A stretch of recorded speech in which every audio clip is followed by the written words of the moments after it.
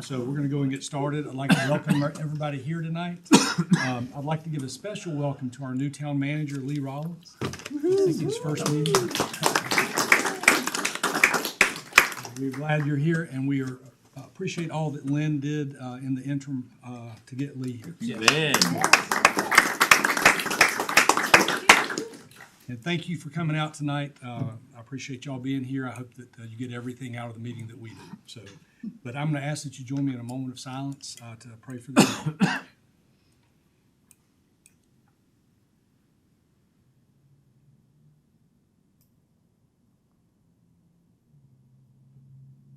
Amen.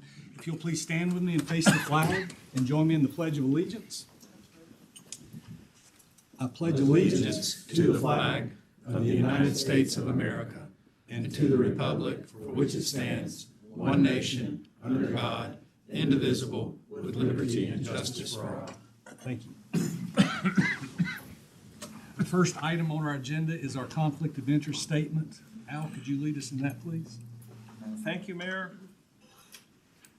Okay, pursuant to North Carolina General Statutes and the town's Code of Ethics policy, I ask each elected official that before you adopt the agenda, if you have any actual potential or perceived conflicts of interest about any matter on the agenda which will come before this board tonight for consideration or decision. If so, please speak up now and let the board know before the agenda is adopted. Thank you, Mayor. Thank you. Okay, with none being said, then we'll go ahead and adopt our agenda. Are there any additions or deletions to tonight's agenda? Do we adopt it? No, we have a motion from Rob and a second from Jenny. All those in favor say aye. Aye. Any opposed? That passes. The next item is our citizen comment. If there's anybody here that has anything that they would like to say, anything that might be on your mind, you're welcome to step up to the podium and you'll have 3 minutes to speak. Okay.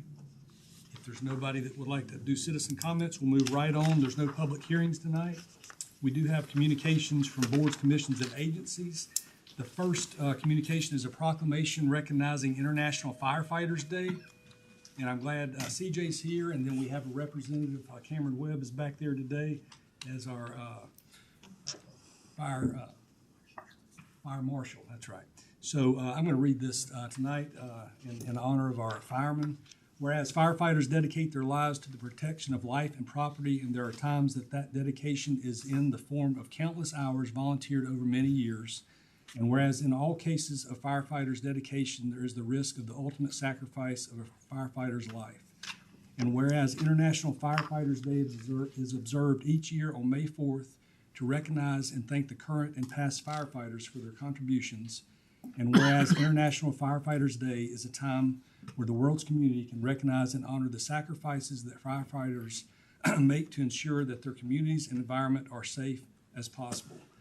Now, therefore, I, Will Markland, Mayor of the town of Mocksville, hereby recognize the past firefighters who have died while serving our community and remember the ones who have previously or are currently dedicating their lives to protecting the safety of us all. Thank you for all that you do, and if you could convey that to the rest of the firemen. Will do, sir. Thank you. In our next proclamation, there is a National Day of Prayer coming up. We're going to be hosting that at the YMCA, so anybody that can come to that, if you'd like to hear another proclamation, you can come to that event at the YMCA. The next item on our communications agenda is our streetscape design and sidewalk connectivity project, and I'm going to ask Candace Hadlick from JMT to come up and speak. Hello. Candace Hadlick, JMT, that's fine. It's a tough one. Yes. Thank you, Mayor and Commissioners. I appreciate it. It's been a pleasure getting to know Mr. Rollins and working with Lynn on these two projects. And so there's just two nice-sized projects in your town that I'd like to update you on, okay? So the first one, if I can open it. Is that better? No, that's sorry. To the left. Oops. I was told which one to do. There they are. Thank you. Technical difficulties. Okay. If you don't know me, I'm with JMT Engineering and Planning. I've worked with the town on some other projects, and I am helping to manage these two projects. The first one is the sidewalk connectivity project. As you know, our team was hired along with it's Davis Martin Powell and Telex and ourselves, and we're working to help you get some sidewalks in 4 different locations in town, along Yadkinville Road between Walgreens and the roundabout, along Maroney Street from the roundabout to the senior center, and along Wilkinsboro Street from where the new roundabout is to where the sidewalk ends coming out of town, and along Duke Street.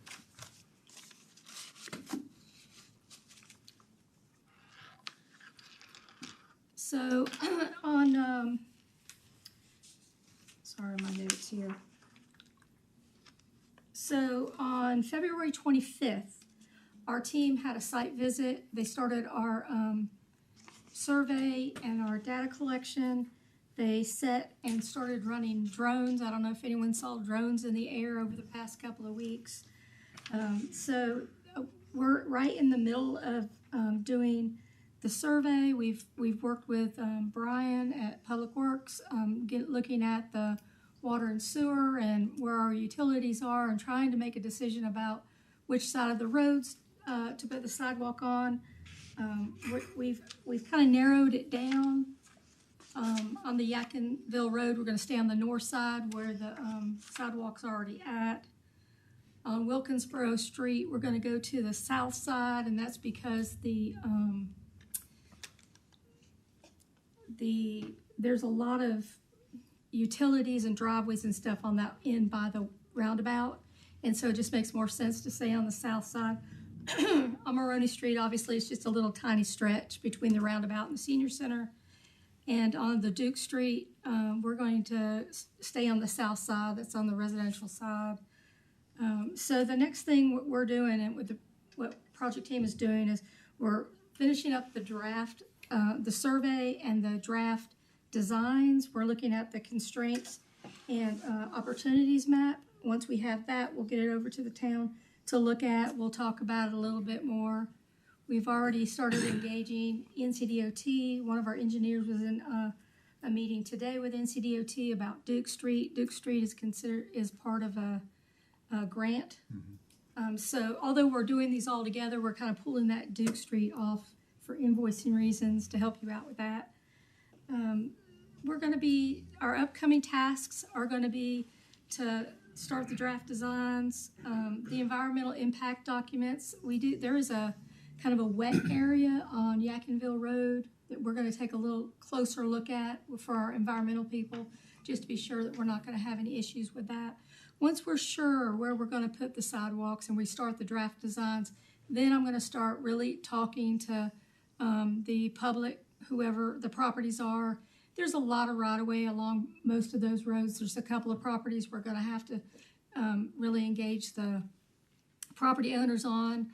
And of course, we're going to continue with DOT for the permitting and things like that. So that's kind of where we are with that project.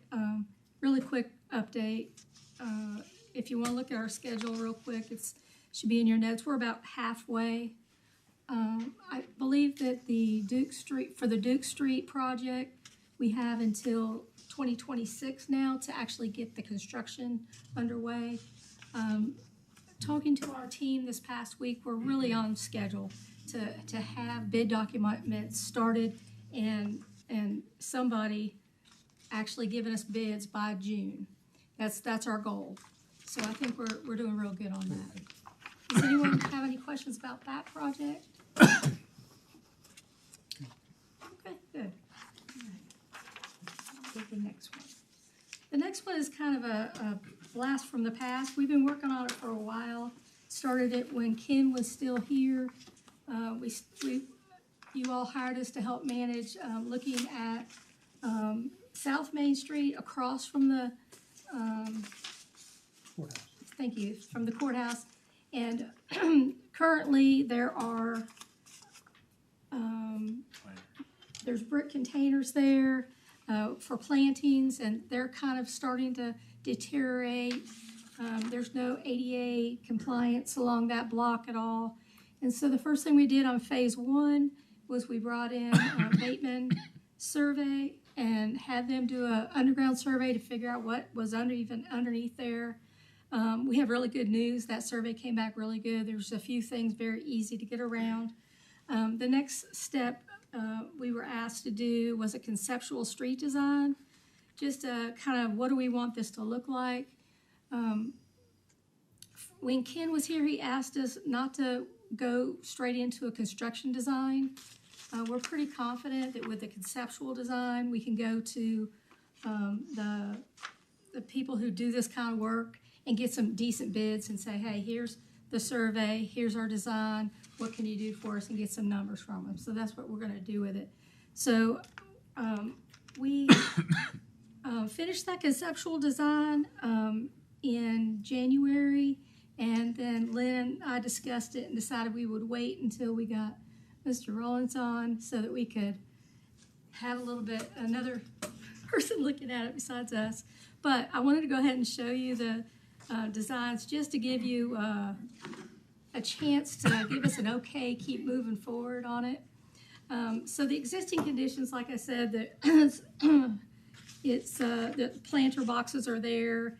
There's lots of parking, but there's no specified ADA parking there. Here's the profile view for those of you who haven't been up there.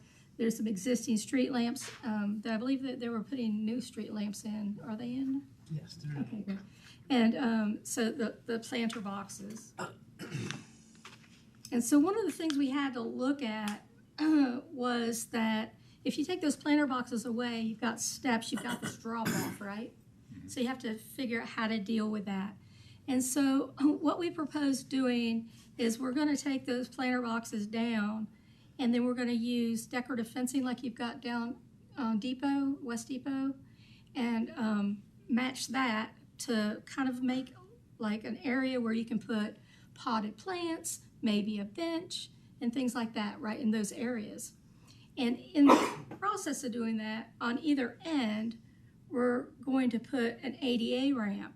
So on the Water Street side, where that planter box is, we're going to put an ADA ramp there and mark that as a handicap spot. And then on the other end, we propose putting ADA ramp in there and just going ahead and adding ADA parking there too. It doesn't help us with the stairs. They're still not going to be, but at least somebody who's needs accessibility will be able to get in on either side of the street. And here is in the left-hand bottom corner, it kind of shows you where the steps come up. We're going to go ahead and match the brick that you've got there now to make a nice bricked area. Have like a patio type on top, and I think it'll match with the rest of your downtown really nicely. I believe that's all I have. Okay, here we go. Here's a closer look at where we're going to put the ADA ramps near Water Street, where that planter is now, and down on the other end. So on that picture right there, that planter on the left will go away totally? Yes. Okay. The planter boxes will go away completely. Okay, so then you'll have the ADA ramp right there near that manhole? Yes, it'll be up north of it. So kind of where our plan is to not have them touch the utilities there in that corner at all. Okay. Make it as smooth as possible. That's my goal. So the next point, if you guys are okay, giving us our blessing to just keep on moving with it. The next thing I'm going to do is talk to DOT. It is their road. Just kind of make sure we're on board with an encroachment to add those ramps. And then we'll start putting together bid documents to get somebody to come in here and help us with that. One of the things that we were asked to do with this project is we had the Depot Street curb ramp that never got built.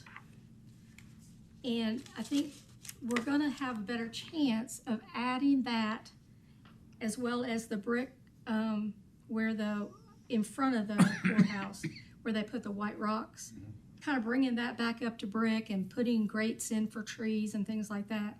We're gonna have them bid on all of it at once. I think we have a better chance of getting more bidders, because I think what happened with that one is it wasn't a big enough project for somebody to come and do it. And we got a low bid on it, and then they didn't follow through. So I think this is gonna give us a much better chance to get everything taken care of for you. All right, any questions for any of that? Sounds good. Thank you, Candace. All right, thank you so much for having me. Yes, thanks for coming. I'm glad you are this far along. So, thank you. So the next item on their agenda, we have our social media quarterly report from Merrick Kirkpatrick.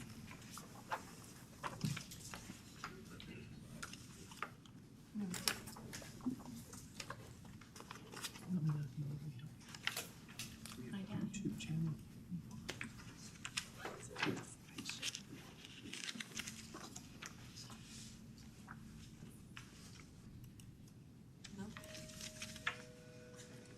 Oh, it's on slideshow, but it's not. Oh, okay, it's not doing.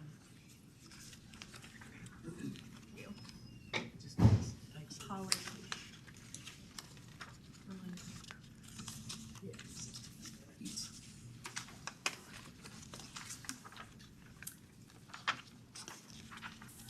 So the overview this month is going to be for 2 different quarters. We're putting those together since we had missed one of our quarters due to meeting changes and things like that. So,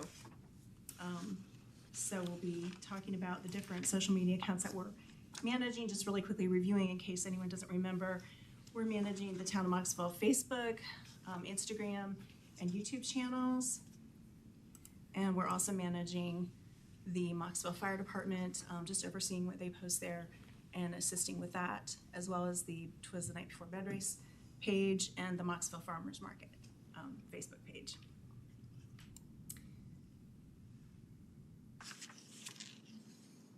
We've had some achievements in 2024 that I also wanted to review just really quickly. Some things that we were able to accomplish were to save some phone calls to the town administration with posting about road closings and events. We saw some increased participation in our events, and we were able to share safety updates very quickly.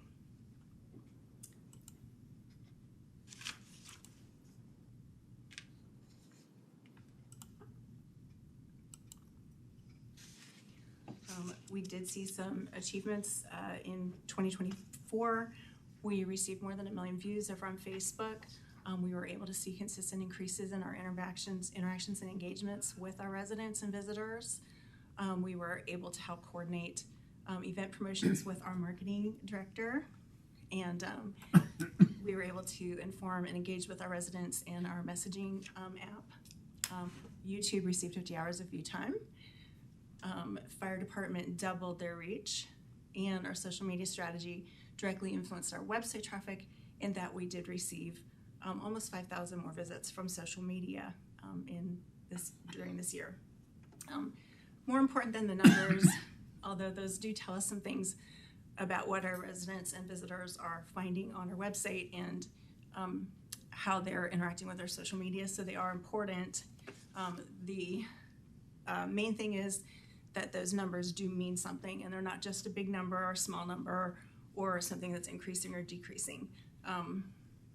The website increase in traffic shows us that people are finding the resources that we're trying to highlight, which is something that was one of our goals, was to make sure that people were aware that there was a lot of information there on the website and they didn't have to call the town for everything, although y'all love to hear from them. And you still do.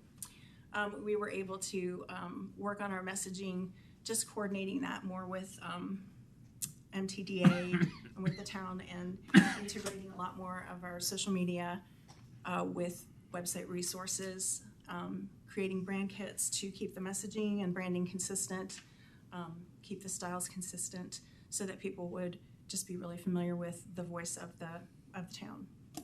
Mayor, on the YouTube channel, there's 50 hours of viewing there. What exactly is on there? here? So those are the recordings of the meetings. The length of time of the meeting is not typically what we're seeing viewers stay for. They're typically viewing about 10 minutes. So that's a good question. So on the Town of Mocksville Facebook page for 2023 and 2024, just to compare the two, we started to manage the Facebook and the other social media accounts in Q3, I think, June 26th. So we had to jump right in and start working on getting some promotion for summer events and activities and things like that.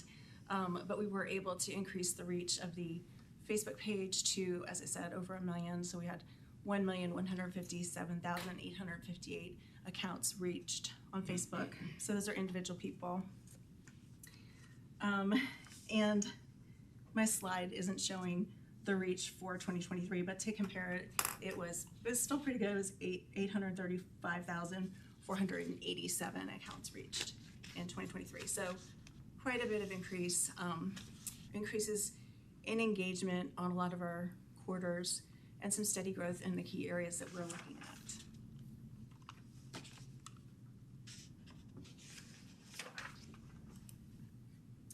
Some of the other goals that we met were just basically, I listed off the events that we were able to jump in and start promoting that I already mentioned. It was a little bit of a challenge, but we rose to it, and we were able to see some different successes with that, including almost 80,000 visitors that were using the resources on our website in 2024. We were able to support the MTDA and the town events. We were able to share positive coverage that we received from the Davie County blog, Fox News, WXII, and our state magazine. And we did gain over 200 followers on our bed race page and live streamed the event. We hope to see that increase even more this year. And we were able to bolster and highlight all of the town holiday events, including the ones that are listed there, some of our new ones too.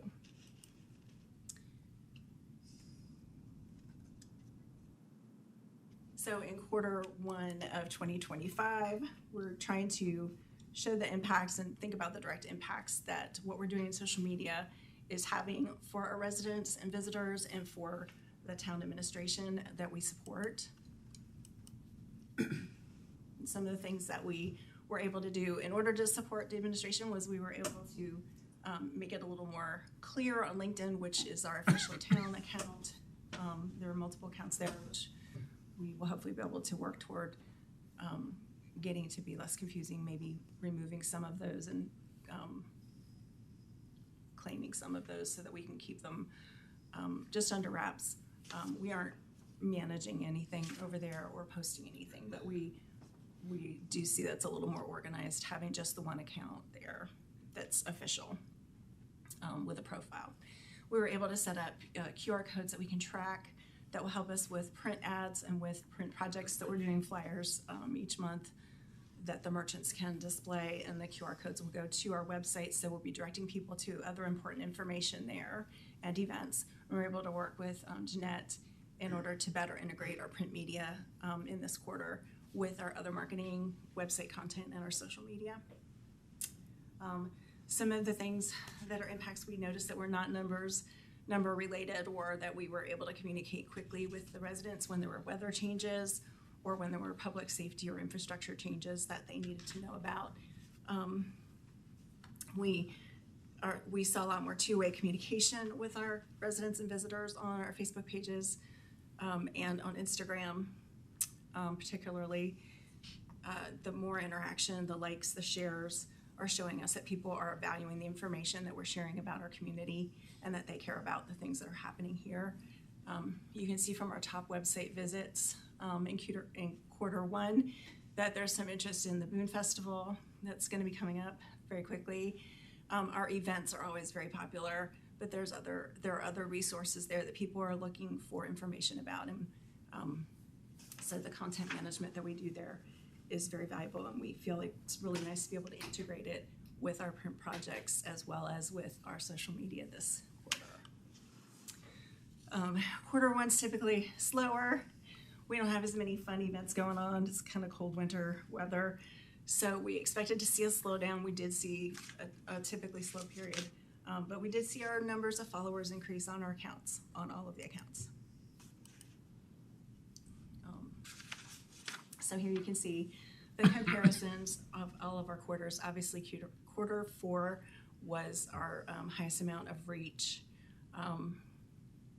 And you can see, though, that we've still experienced steady growth from the very beginning when we started to take over. Quarter two is prior to our management. We just wanted to use that to compare the other quarters. That's on our Facebook page for the town of Mocksville. Instagram's a little bit, we have less followers there, but they are continuing to grow, as you can see. As is the reach and the interactions are going up and down, just as it is expected. Those do happen. We do have some increases here in quarter four, showing the increases in followers and reach and interactions and engagements on all of these accounts for quarter four. Very nice. And then slowing down, as you can see, in quarter one of this year. But it's already starting to pick up more, so we're expecting those numbers to go back up as we have more to share. And there you can see the YouTube channel is a visualization for you to look at of the views and the watch time and how it's kind of changed. And so one of our goals for 2025 will be to really focus on making sure people know that YouTube is out there for them.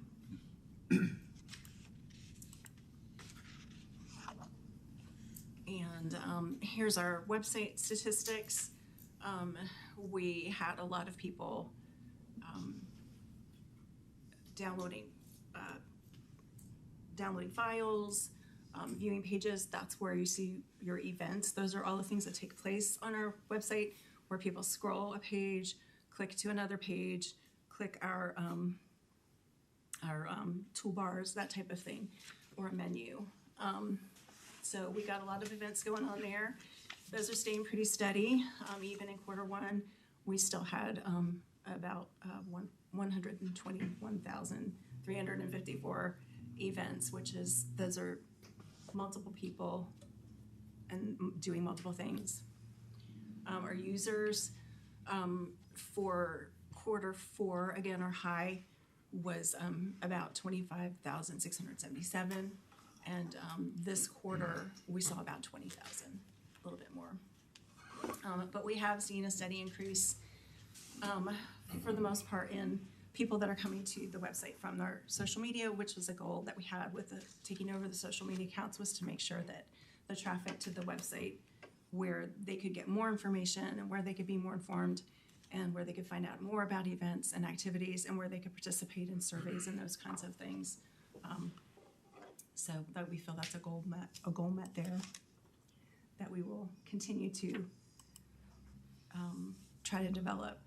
In 2025, we've got some goals to be more specific and more strategic with looking at the town's strategic plan, vision, mission, and value statements, and to continue to do things that we did previously. We want to promote and support the events and getting out the grant information for MTDA, support the town of Mocksville administration, and get information out to people about the information resources that we've talked about on the website, to highlight opportunities for residents to participate in surveys like we were able to do with the sidewalk project, and some of the other things that came up that they needed to be informed of quickly. And we were able to answer questions and engage with them and point them to those resources that they needed. So we feel like our residents are benefiting from the things that we're doing on social media and on our website.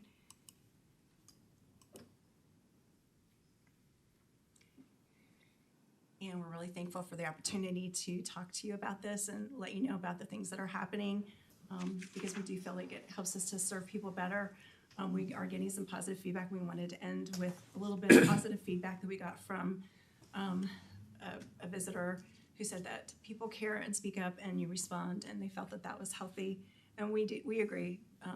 We feel like having that two-way conversation is helping us to stay connected, and we feel like that really does mean time well spent.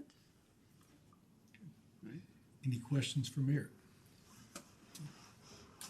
Mayor, thank you so much. You're welcome. Thank you. Okay, moving right along, we have our Western North Carolina Disaster Relief Fire Marshal Cameron Webb.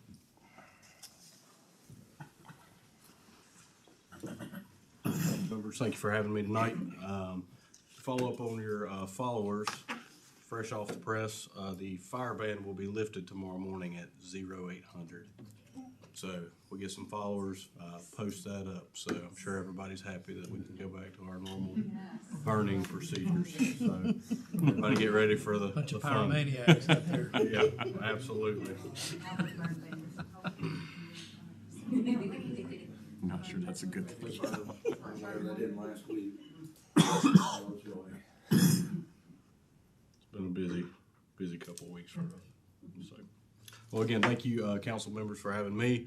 For those of you that don't know me, I'm Cameron Webb. I'm your fire marshal and your emergency management director. I think Mr. Markland was able to attend our LEPC, which is where I presented this first Helene presentation. And what I wanted to bring to the board tonight was just where Davie County in its whole, including your town and all the municipal areas, where we contributed, how we contributed, and what that looks like, even when we're not under a state of emergency here in our county. So this first slide just kind of depicts and gives you kind of a picture of who all responded and what efforts were made. So my office, of emergency management, a lot of the fire departments, the rescue squad, EMS, and even our law enforcement had a hand. I'll go into some detail. Our HHS and DSS folks, our public utilities, planning and zoning, a couple of different logistical factors, all of our Dipper assets, and then we received a numerous amount of donations, and those come from all the municipal areas, collectively kind of brought to the county, or even collected in your municipal areas, and then those were distributed properly. One thing that I did want to talk about with the donations, I took a couple phone calls, kind of being grumpy at me about, hey, you guys need to stop just heading west, stop getting on I-40 with your trailers and your trucks and heading west. And I wanted to clear the air on some of that. It's not my job to necessarily police it, but understanding that disaster was hard enough without a lot of, freelancing. And it was very important to come through your emergency management for you guys, towns, the employees that you have, to go through a channel so that we knew where to get those supplies. That was pivotal. I can't tell you the amount of water that was thrown away, the amount of donations that were misplaced, gone, ravaged through, and it just caused chaos. So I just tried to bring a little bit of that knowledge, to that light, but it wasn't very well received. But just so everyone kind of knows where I kind of stood on that side, it wasn't me trying to stop anybody from doing good. I think everyone in this county done a very good job. It's just trying to get those resources where they're most needed. So.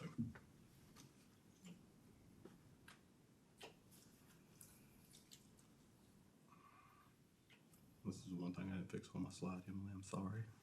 So what is a local emergency management function during an incident? So when we started receiving calls that the Western region needed assets, and you'll see a couple of these slides, the primary function of that, and this is a depiction of a soft opening EOC. So when we started sending resources out, it was very important that your locals had somebody to contact.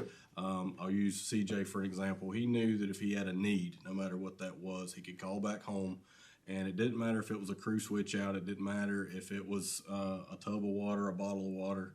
We would figure out how to take care of our own here. And I hope that if he had needed me, he could pick that phone up. Hey, look, man, I'm in a pinch. This is what we need.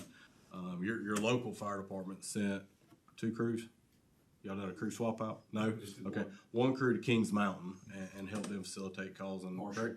I'm sorry? Marshall. Sorry. I thought you went to Kings Mountain. We're with Kings Mountain. Kings Mountain Fire Department. Thank you for the correction. But nonetheless, they went up there and aided them. I believe y'all even ran a few calls. So that's how your town contributed in just one way.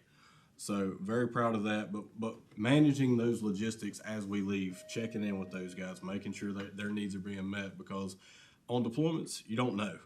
And people will literally be on the phone with you. Hey, look, yep, we got a place for you to eat. We got a place for you to sleep. And, you know, even me learning how to manage certain instances and what they need to take with them, and just providing the paperwork, because we all kind of want to be reimbursed, right? Hey, we are sending our folks out, but hey, at the same time, some of those things do come at a cost. So managing those functions and figuring out what that looked like for our folks that were leaving our hometown, going to the Western region, is a huge part of my job. So the picture in the middle right there is kind of what our soft open EOC looks like. There's computers, there's a phone bank, there's designated numbers. There is somewhere to call in the event that our people need us. That was managed over a 12-hour period. So we did shut it down in the evening. We didn't have a reason because we didn't have a local emergency here in the county. So again, managing local missions. So what does that mean? I'll go into it a little bit more in the other slide, or other slides, and we'll talk a little bit about that. So again, my primary function is to manage that EOC and manage the people in it. And what does that mean? Well, we had to have IT there to set up all those banks. You know, we had to have our restrictions lifted on some of our internet. We got to feed. If we're going to make them work, we got to feed them. If we're going to make them stay overnight, we got to provide a place for them to sleep. So that's just a snippet of what that looks like. The picture to the right is a critical mission that we ran. Sorry for the distortion in the screen, but I believe that was a mission for us to head towards the Western region for what we needed to do. And let's see here. Nah, it doesn't depict it, but that's kind of what a local mission would look like, that we would receive from the state EOC to our primary EOC, and then we will send resources as we need them. So I want to brag on everybody, and this is probably the most, this is the favorite part of my job. You know, what did we do? How did we contribute? And really, sorry about that. And really, what roles did we play? And I'm not here to speak on behalf of JD or his folks, but I was very well endowed with who was going and where they were going. And the Sheriff's Department works a little bit different than a lot of the other agencies. They take a lot of their orders from the State Sheriff's Association, so they're kind of in charge of their missions. Hey, do you have 10 people you can send here? Do you have 2 people you can send here? The great part about it is we all kind of ended up in one form or fashion or another in the same place, which was Mitchell County. The first order of deployment for the Sheriff's Department was a 5-man team of officers headed to McDowell or Old Fort.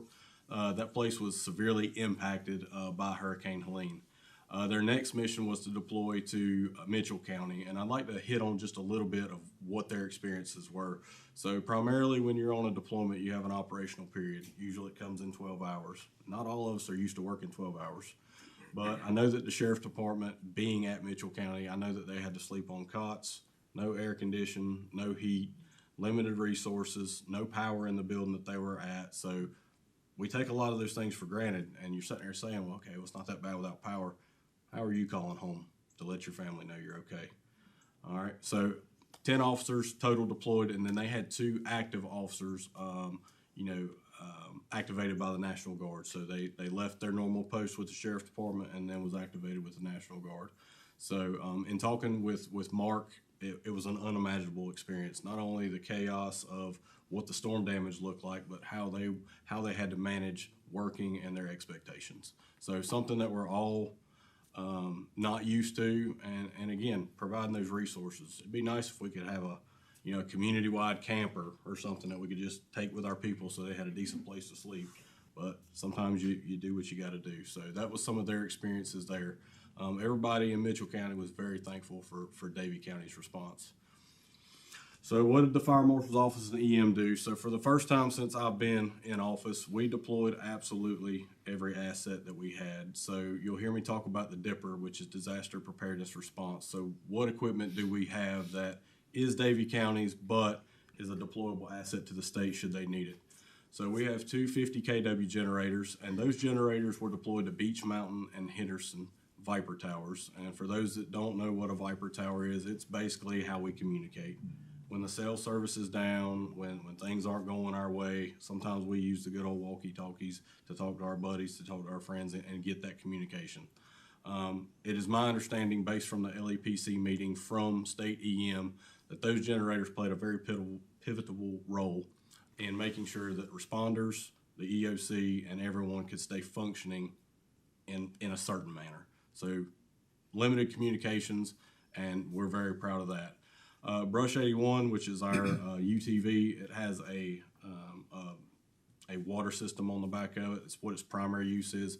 We were ordered to take it off, or it may be left wherever, they want to drop it. It could be lost. So we deployed it to Newland, North Carolina, and the main reason for it, and I will keep it rated G, but was for recovery.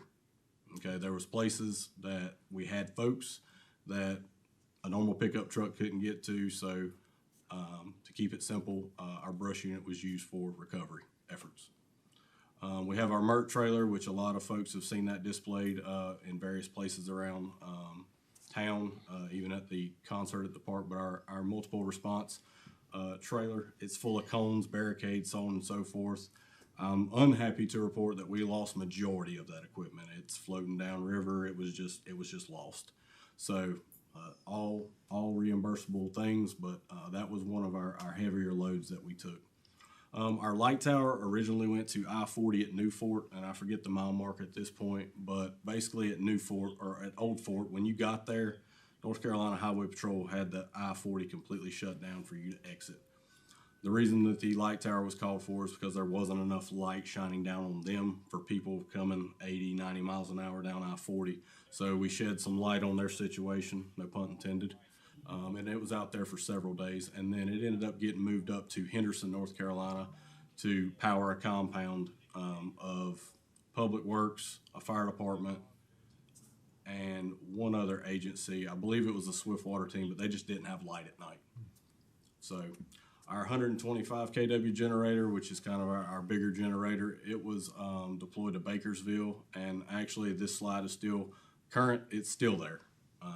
They're still experiencing some power issues, so where they're trying to catch some relays, a lot of times the little town of Bakersville, which, I mean, if you blink, you miss it. It's like our little town here. It's immediate area. It's still just undergoing some issues, so we're still providing that for them up there. One thing that we didn't intend on doing, the 125 generator is actually set up just like it is right now in Bakersville. We had eyes on it the other day, so again, it's still there. The bottom picture depicts gators. So there was 140, I believe it was 140 of those side-by-side gators used again for recovery, and they didn't have a way to get them. Tractor trailers were limited with the road. So I partnered up with Johnny Lambert. That's his pickup truck there with his long trailer they used to haul equipment. It was not being used, so we got deployed to a mission. So we actually transported about 60 of those from Baden Lake and Hickory to remote locations or the Hickory site. And we worked days, nights, and what felt like just endless hours to get those up there to those responders. So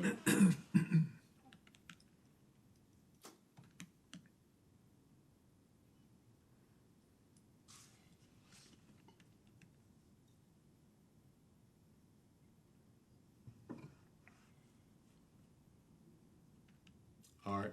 So moving right along, EMS, how did they contribute? Joseph Ashburn, the director of EMS, he sent a single EMS crew, I think of 3 people, to assist in Haywood County. It was a very familiar place for them. Joseph also assisted back when they had the mudslides out there, so they had very familiar territory, were very well taken care of. For those that don't know or haven't been able to see it, PHPC, which used to be THPC on Bethel Church Road, is a great partner.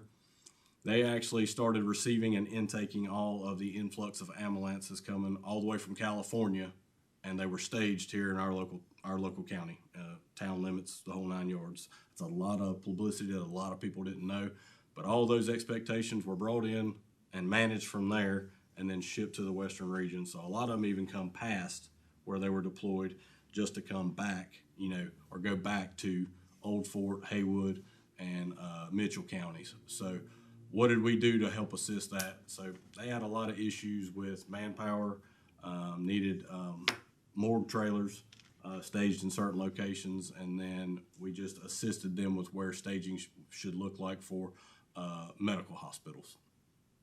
Medical examiners were placed on standby in Davie County, but were never fully deployed, so nobody left from that standpoint.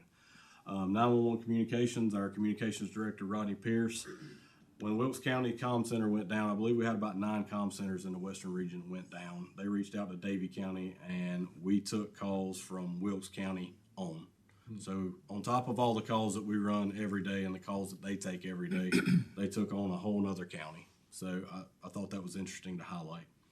Our volunteer fire departments, including yours, we had Coolamy Fire Department that ended up in Spruce Pine, and then we had Advanced Fire Department, and then additionally, their drone team ended up in the Spruce Pine area. And then again, I apologize, CJ, Marshall, North Carolina for Mocksville.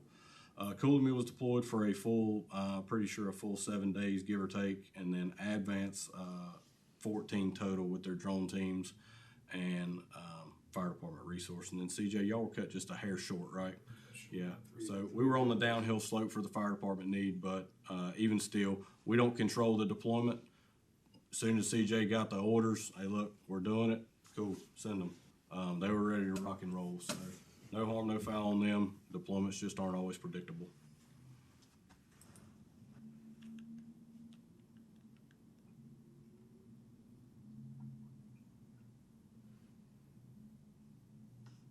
Okay, so for our Swiftwater team, that's a lot of what everybody hears a lot about. We're pretty well known in Davie County for our Swiftwater team. I'm happy to be what was a part of that team. They were deployed 48 hours in county, so they were up at their base for 48 hours until receiving further orders for a 7-day deployment. They again were deployed to Mitchell County. That's a picture of them. They didn't have any good active missions, but they ended up turning into kind of a USAR team in collaboration with a bunch of other groups. So they walked several country miles from my understanding. So that's some of what they'd done. But they were deployed to Bakersville, and that's where they remained until they were demobilized. Our HHS folks and DSS folks, they done a lot, and they done a lot that nobody knew about. I was very happy that our county manager polled this so that we could collect this information to disseminate out to the generalized public. But food supplies collection, they delivered those things to Allegheny County, provided day shift nurses, vaccine clinics, to work vaccine clinics, communicable disease, and essential services to support APS and social workers. The public health leadership, they went into a recovery, again, providing vaccines and different type things to prevent all that water. So when you talk about that kind of water, and none of us really think about it, Brian probably thinks about it a little bit, but when you're not filtering that water and you've got so much water coming out of water that hasn't been cleaned, guess what all that water turns into? Contaminated water.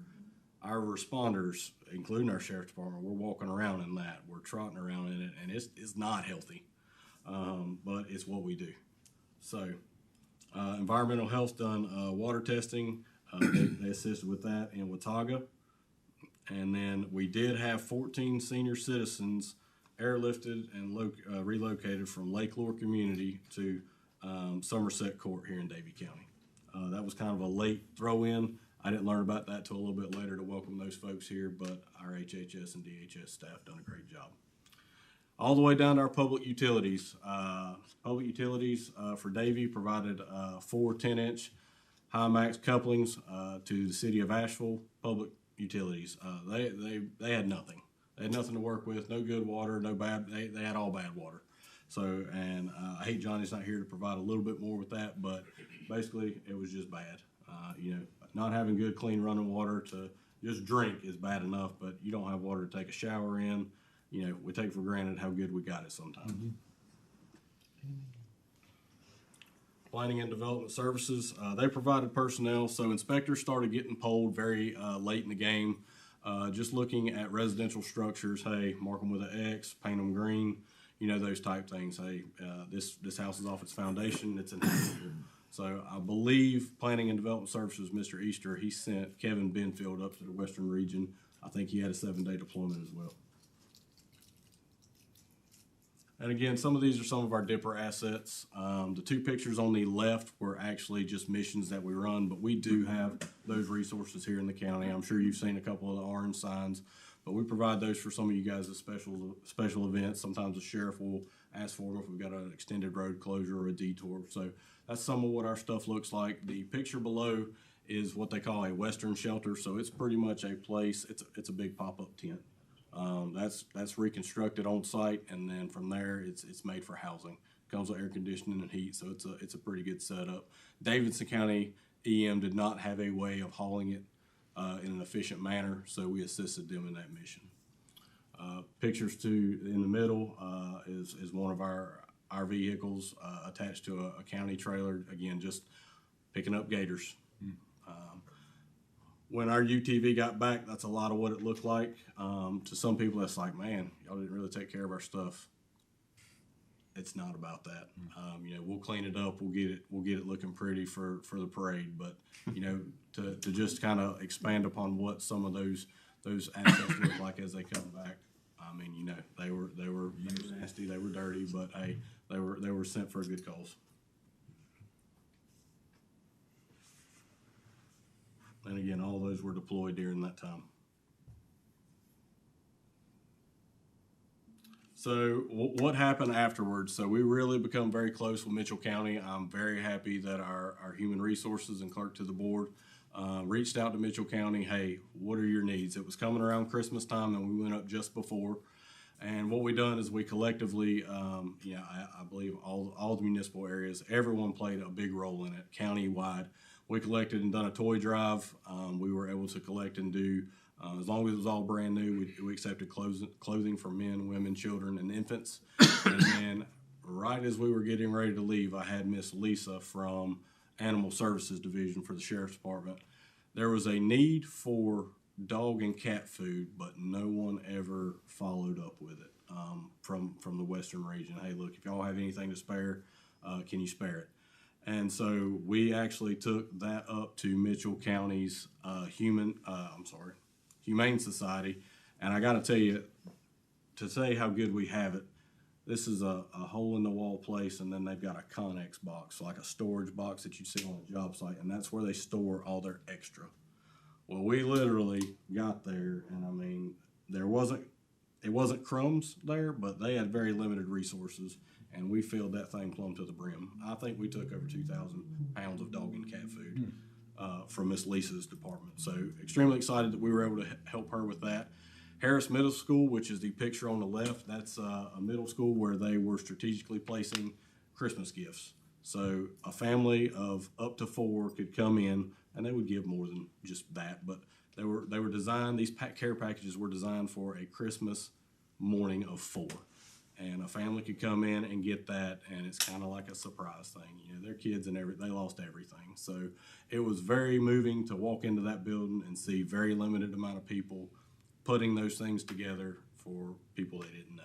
So that was Harris Middle School. I talked about the Humane Society, and then we teamed up with Freedom Baptist Church to take all of the clothing to Freedom Baptist Church to distribute out. What they done was really cool. They done kind of like a retail store, but no money had to be involved. You could come pick out your clothes, you could come and go, you could talk, you could communicate, but you didn't have to. Come in and get what you need.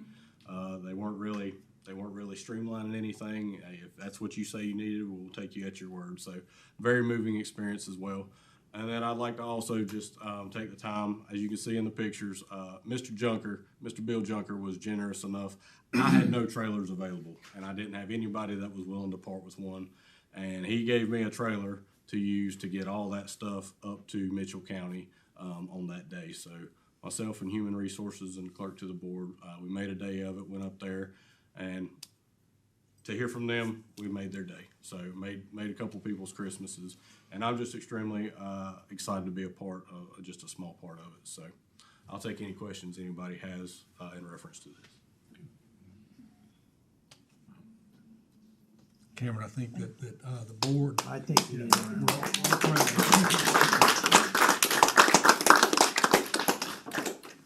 Thank you for coming back and bringing that to us. Thank you for the Mocksville Fire Department for what they did, and I know that any part we can play in their recovery is good, but I know that they've suffered a lot, and I think Davie County stepped up to the plate. So thank you. Absolutely, absolutely. Very proud to be a part of it. Thank you, guys. Thank you. Thank you.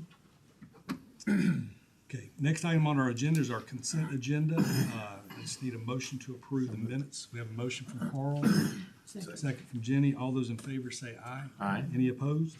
That passes. No old business to speak of. Moving down to item number A under new business, consider phase 2 precision sidewalks. Lynn. Yes, Mayor, board members. I have spoke with Lee about this. Me and Brian met with Precision Safe Sidewalks when I was interim. They did phase 1 in 22-23. They did phase 2 in 23-24. And so we met with them to discuss phase 3. This is the last phase. The sidewalks are listed, and most of the sidewalks are for trip and fall hazards. And the cost of this last phase is $34,566, and I plan on using POW bill funds. And this is where they grind down the Yes. bumps. Yep. Yes. So any questions for Lynn on this? Or Brian, if you had any questions about particular sidewalk. I do have one citizen that appreciates this because every time she runs, she doesn't trip. That person's to be unnamed. I will say that I'm familiar with this group. It's considerable savings, and it sure beats tearing up a piece of sidewalk and having to report. So we have a motion from Johnny Fry, Second. second from Justin. All those in favor say aye. Any opposed? So that passes unanimously. Next item, consider paying balance for interfund loan payment schedule. Lynn. Yes, this is on your page 122. This is not a have to. I've spoken to the auditor, and I am asking and I'm recommending. You passed the resolution back in 17, and that's when I first came. And there was a project that Mocksville did, and so Enterprise Fund owed General Fund back $1 million, and you set up this resolution to have an inter-fund loan sort of thing, and you pay $50,000 a year. Now, this is not in your budget, an annual budget. I just have to remember to do it. And so our balance now is $600,000, and I was wanting to ask if we could go ahead and move those funds from enterprise fund to general fund and pay the loan off, and then it'll be done. Any questions for Lynn on this? Make a motion to approve. We have a motion from Justin, a second from Carl. All those in favor say aye. Aye. Any opposed? That passes, Lynn. And finally, communications from town staff. Al, do you have anything to communicate? I'd like to say welcome to Lee Rollins, and that's all I have. Okay, thank you, Al. Lee, do you have anything you'd like to communicate? I do have something that I want to bring up, Mayor, if that's okay. If you'll remember back at the budget session last week, the mayor and I have been part of ongoing discussions with SBA Home, our new Lithuanian company. To their credit, they want to participate in doing something for the community. They seem to have gravitated to pickleball courts. That was one of those options that we looked at for them to participate in, to the point that as of this morning, they want to commit to paying for 4 pickleball courts. I want to thank Chris for all his work and very quickly putting together some estimates. I think that that grassy pad where the tennis courts used to be could hold up to 8 pickleball courts. So I want to make sure that I don't get too far ahead of you all, but SBA Home would like to make an announcement at their opening on Friday with the mayor to talk about their commitment to giving back to the community and committing to paying for those pickleball courts. Great idea. Since they're not going to start actually production until October, I had some offline discussions, and I would like for you all to at least assent to us moving forward to allowing them to pay for those 4 pickleball courts over a 5-year period. I would come back to you with an agreement between SBA Home and the town for that commitment with that specific amount, but would suggest that the town go ahead and install those courts. And then over that 5-year period, SBA Home would pay that amount for those 4 courts. Did I articulate that correctly? Okay, so we'll come back to you at the May meeting with something more specific for you to review as far as an agreement goes. Okay. Any questions for Lee on that? Okay. Other than that, week number 3, thank you that the key still worked. I always tell folks I'm an at-will employee. You maybe buy yourself 30 days of employment the next meeting. Lynn has done a phenomenal job. Raina, Jeanette, Brian, Chris, Emily, I'm going to miss somebody, but they've all done a yeoman's job in helping ramp me up on the budget process. Exciting things ahead. Got a great team, and look forward to continuing to work with you to make your initiatives come to reality. Thank you, Lee. Communications from the board, Jenny? Just want to say, glad that you're on board. And I know we met the other week, but I'll say it again. And good, thank Miss Lynn for all the hard work for the budget, everybody that put in. Yes. We had a good meeting last meeting. Yes. And for everybody, go Davie County for the lean efforts. Good job. Makes you proud thinking about it. Rob? Welcome aboard, Lee. Great job to all the staff for the budget process. That was probably one of the quickest, smoothest budget meetings that we've had in a very, very, very long time. And I appreciate everybody's efforts, because if you weren't putting it in ahead of time, the meetings would have been very, very difficult. We appreciate that. Remind the community, we do have the Share the Love dinner for the Dragonfly House fundraiser, which is April the 11th, coming up. Thank you. Welcome, Mr. Manager. It's been a great start. I think to preface what Rob said, that was probably one of the best meetings we've had in recent memory. The dialogue was great with respect to the budget. Thank you to the team and all that you're doing. And Lynn, outstanding job on your budget. Killed it. So, yeah, just excellent. So. I'll agree with everybody else. Welcome aboard, Lee. Lynn, you did a great job on the budget. That's it.